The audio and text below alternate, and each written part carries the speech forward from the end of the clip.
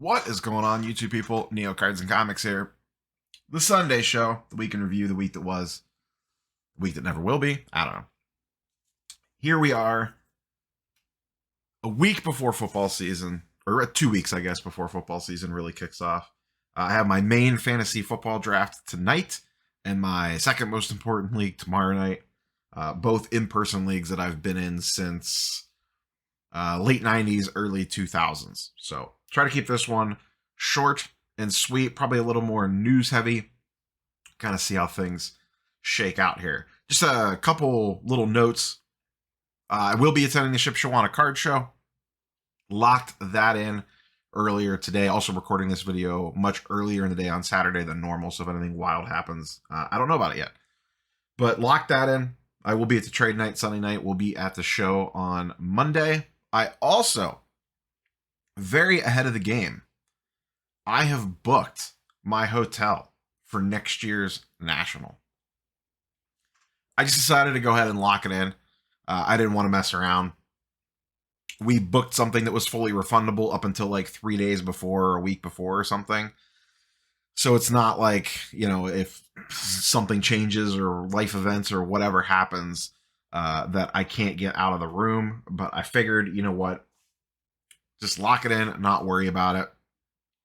Staying at the same hotel I stayed at the last Chicago National, the Crown Plaza, which is basically directly across the street from the convention center, like a hotel about a block down from the Lowe's, but right in the heart of all the different hotels. Got a nice room with like some extra space, so maybe do some recording. And I will be there Wednesday through Sunday.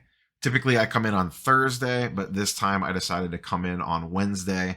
So I will be there for the preview night.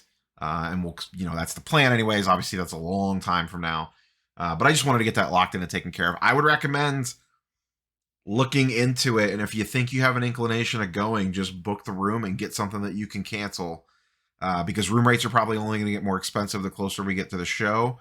And they'll start to get gobbled up. People are getting more ahead of this every single year, it feels like. Let's go ahead and wrap some things up that I have not really gotten a chance to talk about yet.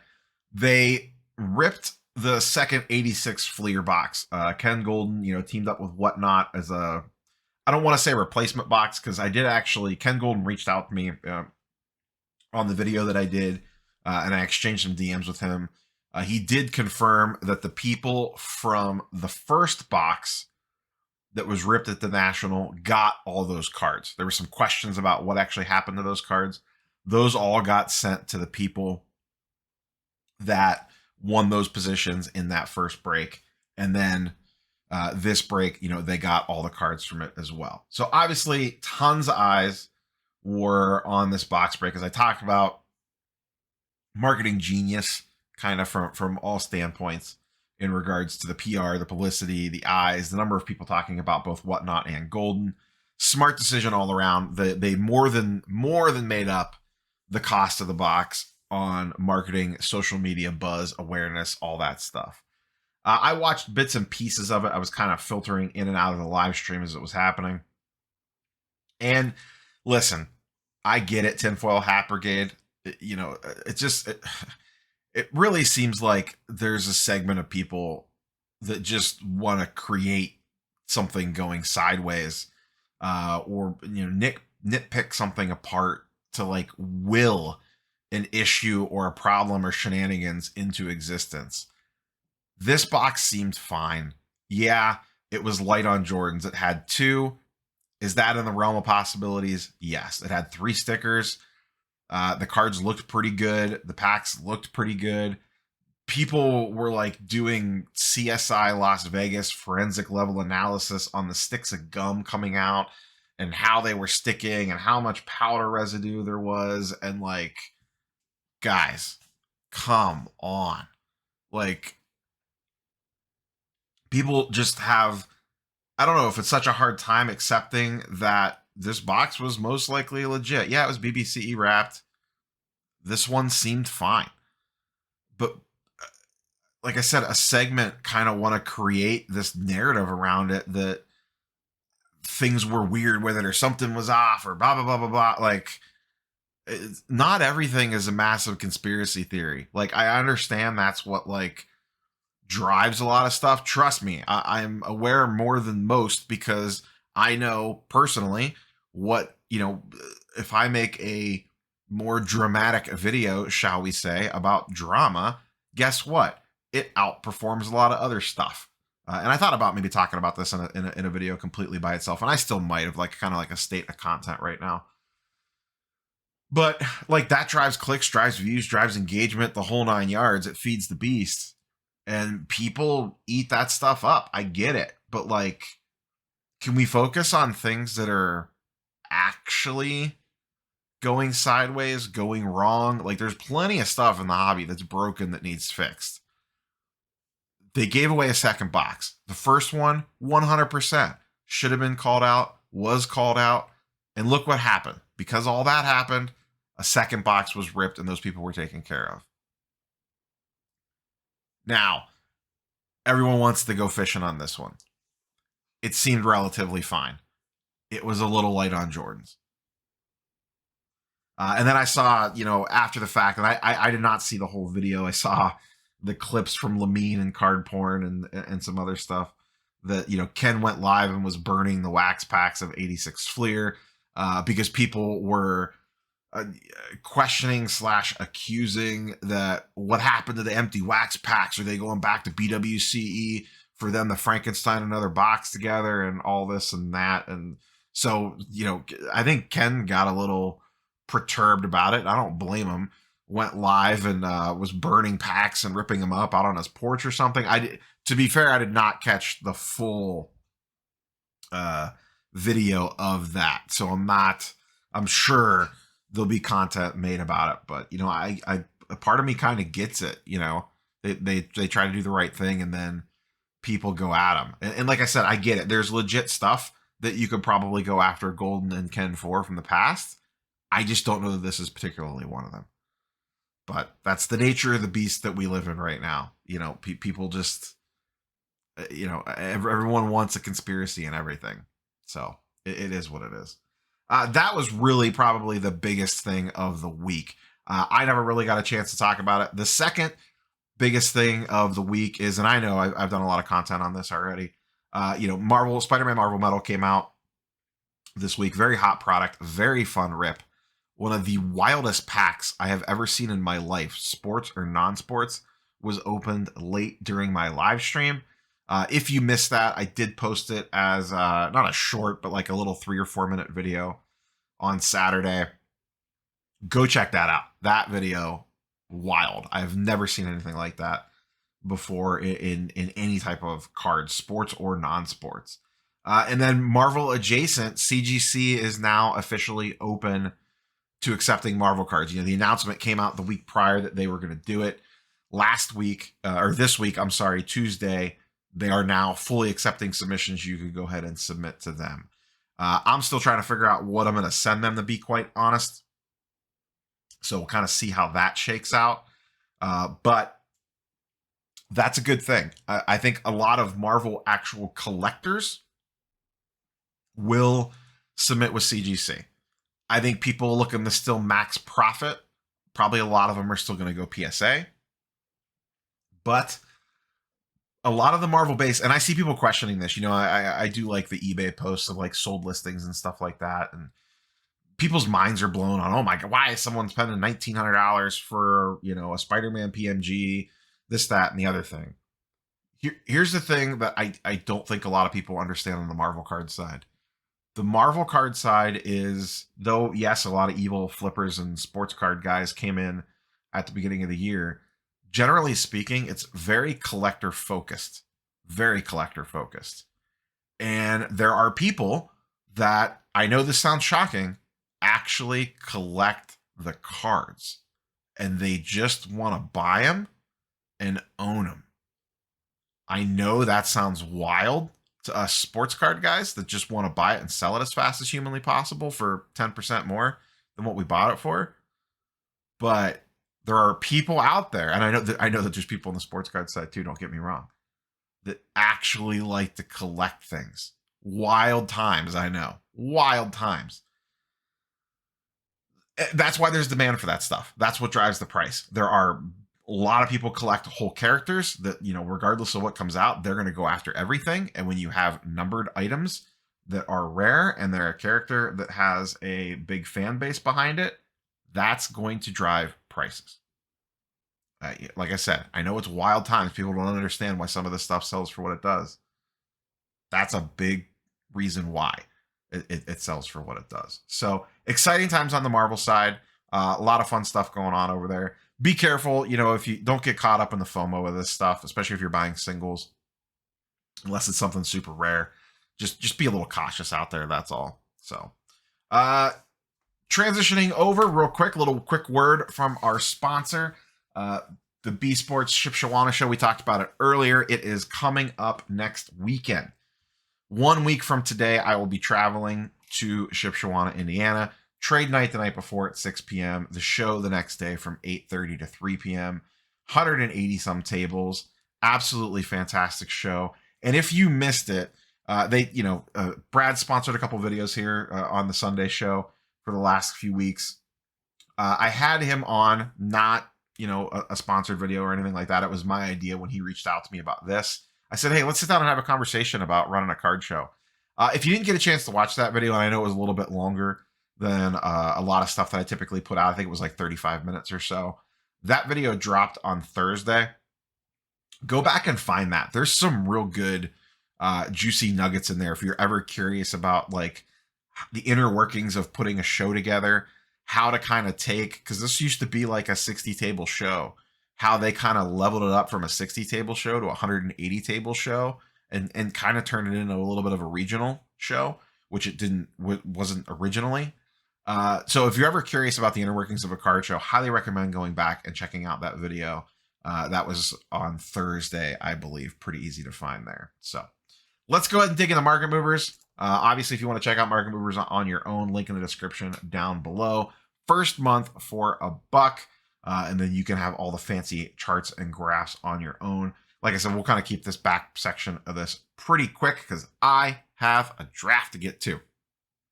Football. Market index for the last 2 weeks maintains pretty much flat. Down 1.6, down 0.2 on modern and ultra modern as we kind of head into the season here. I did see...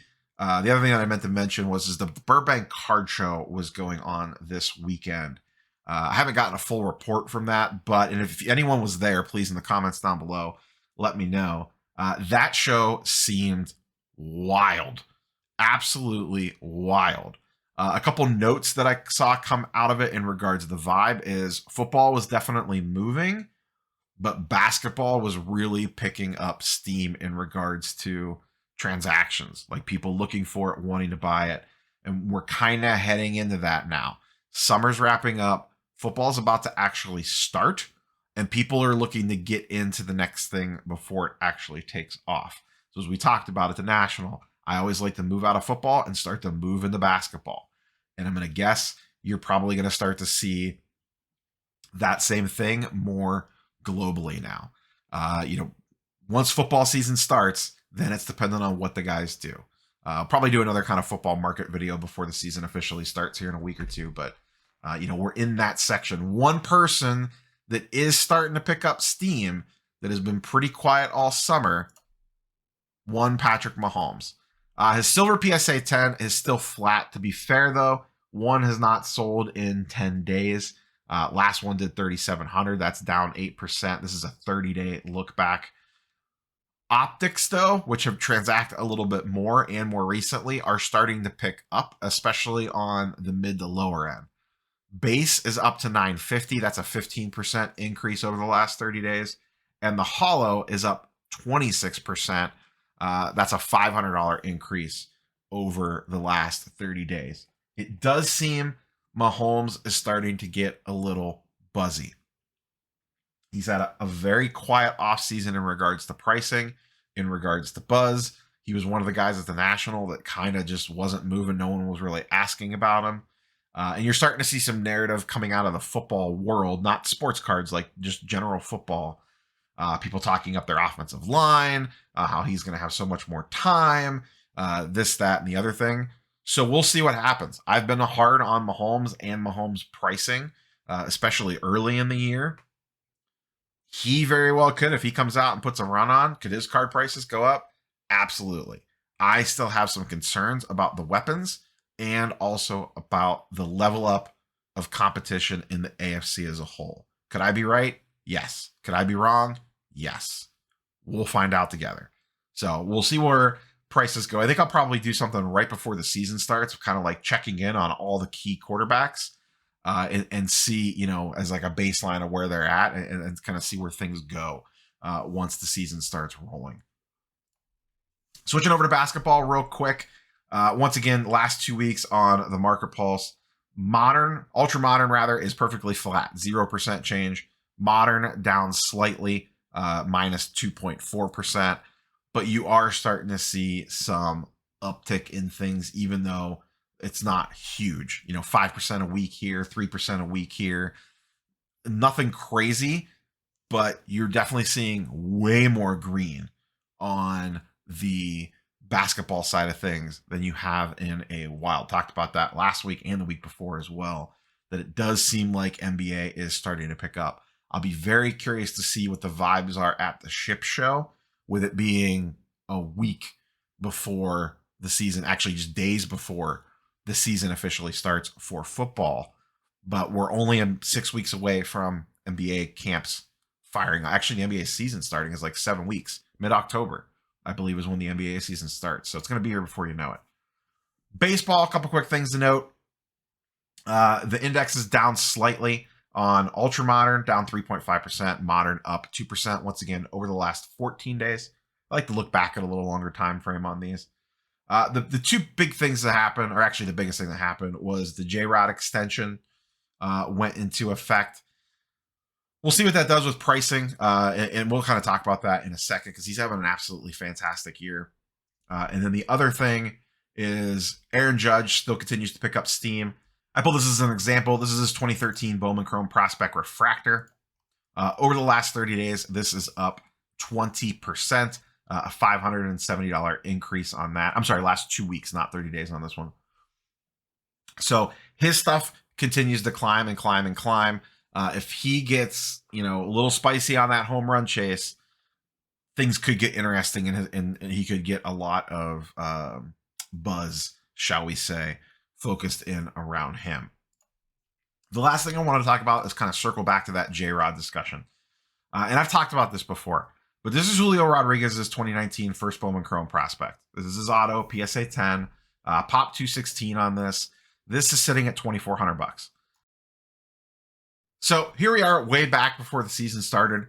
This was going for about $1,850, $1,900. There's a $2,150, a 19, and 2K, a little under 19. The word comes that he is probably going to make the team, and this thing shoots way up, pulls back down, shoots way up again. The general overall thing that I want you all to remember about prospects specifically, think of how good of a season he is having. How amazing he has been. Absolutely amazing season. Just got like a 14-year contract extension or something in his rookie year. Wild times. Having an amazing season. Look at his price graph. It really hasn't gone up that much. Him maintaining an amazing season has basically maintained his high prices. It dipped down a little bit here in the early spring, like a lot of stuff does, and has been slowly climbing back up since. Back in here, there's a 17, an 18, got back up to 2K, dipped back down again in the 17s and 18s, and now we're seeing it back in that $2,400, $2,300 range. Last sale at $2,400. But just keep that in mind. Keep in mind the season that he just had and how, I don't want to say little impact because it has kept him level, but him having that season, all it's really done is given him a very slight increase depending on when you bought in. Now, we'll see what happens as we move into the offseason. Does he get a ton of hype moving into the following season, and then his stuff actually levels up in the off season, as crazy as that sounds. Once again, time will tell. But just keep this in mind. He played this well, and it just gave him the ever so slightest bump / maintain his high prices. When these guys spike, when this spiked up, if you were able to sell at one of these high price points, you're at the same spot that you were now. Just kind of keep that in mind. I always find that fascinating on these guys, that they have to play so well just to maintain, because there's so much baked in at those high prices when you get up in there. So that's all I have for you guys and girls today. I have a football draft to run to. I got to charge the iPad, update the old software, grab some snacks, and hit the road. We will catch you guys and girls tomorrow. Not sure what the video is going to be yet. Like, comment, subscribe. Hope to see you at the Ship Shawana show. Peace.